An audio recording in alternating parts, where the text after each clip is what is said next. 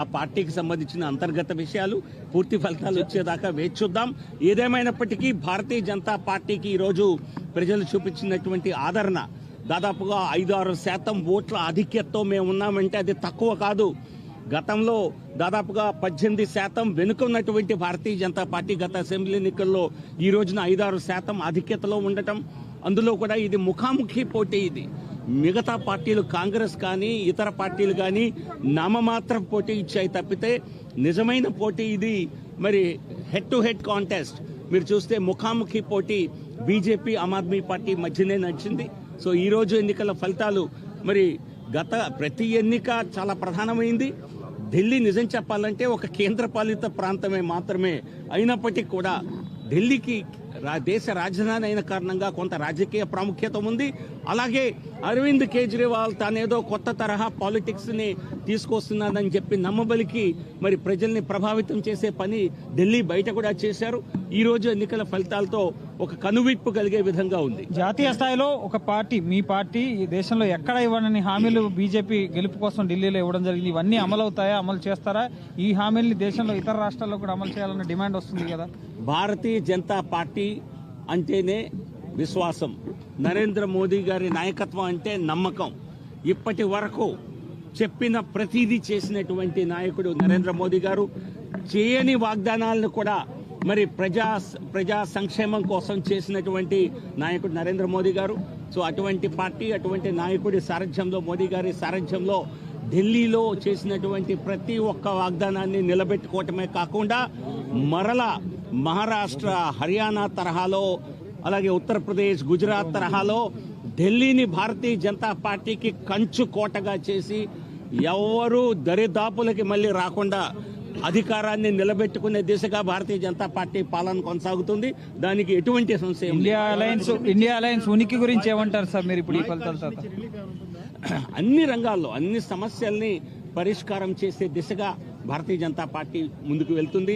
అలాగే ఇండియా కూటమి అన్నది అది ఒక మిథ్య మాత్రమే. గత ఎన్నికల్లో కలిసి పోటీ చేసి కింద పడ్డారు, ఇప్పుడు విడివిడిగా పోటీ చేసి కూడా దెబ్బతిన్నారు. సో కాబట్టి ఆ కూటమికి ఎటువంటి ప్రజాదరణ కానీ ప్రజల యొక్క నమ్మకం కానీ లేదు. సో కాబట్టి ఈ కూటమి ఇంకా పతన దిశగా వెళ్తుంది అనటానికి ఈ రోజు ఎన్నికల ఫలితాలు ఎలా చూస్తారు సార్?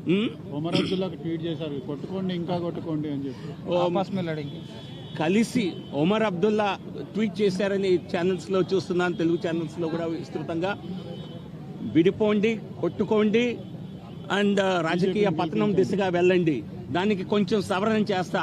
మీకు కలిసున్నా కలదు కష్టం, విడిపోయినా కలదు కష్టం. నీకు వచ్చేదేమీ లేదు. మీతో కలిశారు, ఒమర్ అబ్దుల్లాతో కాంగ్రెస్ పార్టీ కలిసింది, ఏమైంది? నేషనల్ కాన్ఫరెన్స్ ని కూడా కిందకు దించింది. కాంగ్రెస్ ఒక్క అసెంబ్లీ సీటుకు పరిమితమై ఆ కూటమిని ముంచేసింది. సో ఒమర్ అబ్దుల్లా ఇతరులకు సలహాలు ఇచ్చే ముందు తన కొంప ఏ రకంగా, తన కూటమి కొంప కాశ్మీర్లో ఏ విధంగా దెబ్బతిందో ఒకసారి విశ్లేషణ చేసుకుంటే ఇటువంటి సలహాలు ఇతరులకు ఇవ్వటం బహుశా ఆయన తన మనసు మార్చుకునే అవకాశం ఉంది. సార్ ఇప్పుడు మీరు ఇన్ని హామీలు ఇచ్చి 12 లక్షల ఇన్కమ్ ట్యాక్స్ ఇవన్నీ చేస్తే కేవలం ఆమ్ ఆద్మీ పార్టీకి మీకు 4% తేడా ఉంది ప్రస్తుతం ట్రెండ్ ప్రకారం. ఇంత కష్టపడితే 4% అంటే అనుకున్నంత ఫలితాలు రాలేదనుకోవచ్చా? గత అసెంబ్లీ ఎన్నికల్లో మేము 15% ఓట్లు వెనకున్నాం ఆమ్ ఆద్మీ పార్టీ కంటే. ఇప్పుడు 5% ఆధిక్యంలో ఉన్నాం. అంటే 20% ఓట్ల పెంపు జరిగింది భారతీయ జనతా పార్టీకి. ఇది ఒక అసెంబ్లీ ఎన్నికల కాలంలో ఇంత స్థాయి పాజిటివ్ స్వింగ్ అన్నది, ఓట్ల శాతం పెరగటం అన్నది సాధారణ విషయం కాదు. ఇది ఖచ్చితంగా మేము చేసిన వాగ్దానాల్ని కట్టుబడి ఉండేటువంటి పార్టీ భారతీయ జనతా పార్టీ. ప్రతి ఒక్క వాగ్దానాన్ని కూడా పూర్తి చేస్తుంది. చెప్పా కదా, ఇది కేవలం ఒక అసెంబ్లీ ఎన్నికలో గెలుపు కోసం చేసేటువంటిది కాదు. భారతీయ జనతా పార్టీ ఏది చేసినా దీర్ఘకాలికంగా ప్రజలకు, పార్టీకి మంచి జరగాలని చేసేటువంటి పార్టీ. సో కాబట్టి ఇది ఈ ఎన్నికల గెలుపు అన్నది ఇది కేవలం ఢిల్లీలో విజయ ప్రస్థానానికి నాంది మాత్రమే. మరొక 20-25 సంవత్సరాలు ఢిల్లీలో అధికారంలో రావాలన్న లక్ష్యంగా భారతీయ జనతా పార్టీ. మోడీయా, అవినీతియా, లేకపోతే మీరు ఇచ్చిన హామీలో ఏం కారణం అనుకుంటున్నారు? ఏ ఎన్నికల్లో గెలుపు కావాలన్నా అనేక కారణాలు పనిచేస్తాయి. కాబట్టి ఇదే లక్ష్యంగా ఒక అంకిత భావంతో పనిచేసేటువంటి పార్టీగా ప్రజల్లో ఒక బలమైనటువంటి విశ్వాసం మరి నాటుకుంది.